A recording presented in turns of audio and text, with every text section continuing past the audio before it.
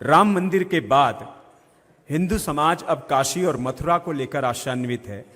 लेकिन इसके लिए बड़ी लड़ाई लड़नी होगी। क्या कानूनी अड़चनें आप देखते हैं? देखिए, ज्ञानव्यापी में और मथुरा श्री कृष्ण जन्मभूमि के केस में जो सबसे बड़ी कानूनी अड़चन थी वो थी प्लेसेस ऑफ वर्शिप एक्ट और वफ एक्ट के क्लचेस से इस केस को बाहर लाना। मैं आपको बताना चाहता हूं कि ज्ञानव्यापी के केस में दो कोर्ट्स, डिस्ट्रिक्ट कोर्ट वाराणसी और साथ ही साथ इलाहाबाद हाई कोर्ट, ये होल्ड कर चुकी है कि case places of worship act और वफ एक्ट से बाधित नहीं है और इस समय मामला सुप्रीम कोर्ट में लंबित है। मथुरा श्री कृष्ण जन्मभूमि के केस में मथुरा श्री कृष्ण जन्मभूमि का ओरिजिनल ट्रायल इस समय इलाहाबाद हाई कोर्ट कर रही है और ऑनरेबल इलाहाबाद हाई कोर्ट ने भी अभी रिसेंटली 155 पेज का जजमेंट पारित किया है, जिसमें ऑनरेबल इलाहाबाद हाई कोर्ट ने ये होल्ड किया है कि श्री कृष्ण जन्मभूमि का case places of worship act और वफ एक्ट से बाधित नहीं है और इस समय उसके खिलाफ जो शाही ईदगाह मस्जिद है उन्होंने सुप्रीम कोर्ट में बयान दिया है कि वो उसके खिलाफ अपील फाइल करेंगे। तो इस समय जो सबसे बड़ी अगर कानूनी अड़चन देखा जाए तो दो कोर्ट्स के फैसले हमारे पास आ चुके हैं जहां पे ये व्यू लिया गया है कि प्लेसेस ऑफ वर्शिप एक्ट और वफ एक्ट से बाधित नहीं है,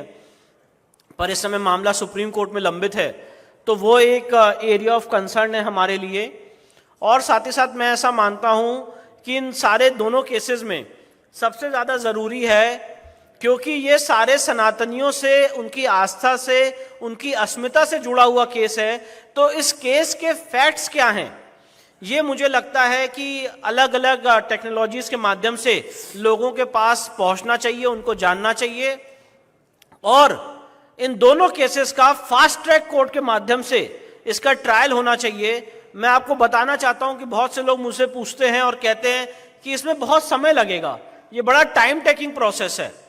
मैं आपको बताना चाहता हूं कि बहुत ही सिंपल प्रोसेस है, एकदम भी टाइम टेकिंग नहीं है। जो एएसआई सर्वे की एक्सरसाइज है वो हो चुकी है और अगर इस पूरी एक्सरसाइज को मिला लें ज्ञानव्यापी में और श्री कृष्ण जन्मभूमि में, तो इसका अगर एक एस्टिमेट लगाएं तो 6 से 8 महीने के अंदर इसका पूरा ट्रायल हम लोग कंप्लीट कर सकते हैं। जो डॉक्यूमेंट्री एविडेंस की तैयारी है वो तैयारी हमारी हो चुकी है, ओरल एविडेंस किसकी करानी है वो तैयारी हमारी हो चुकी है। हमें सिर्फ और सिर्फ ऑनरेबल कोर्ट का समय चाहिए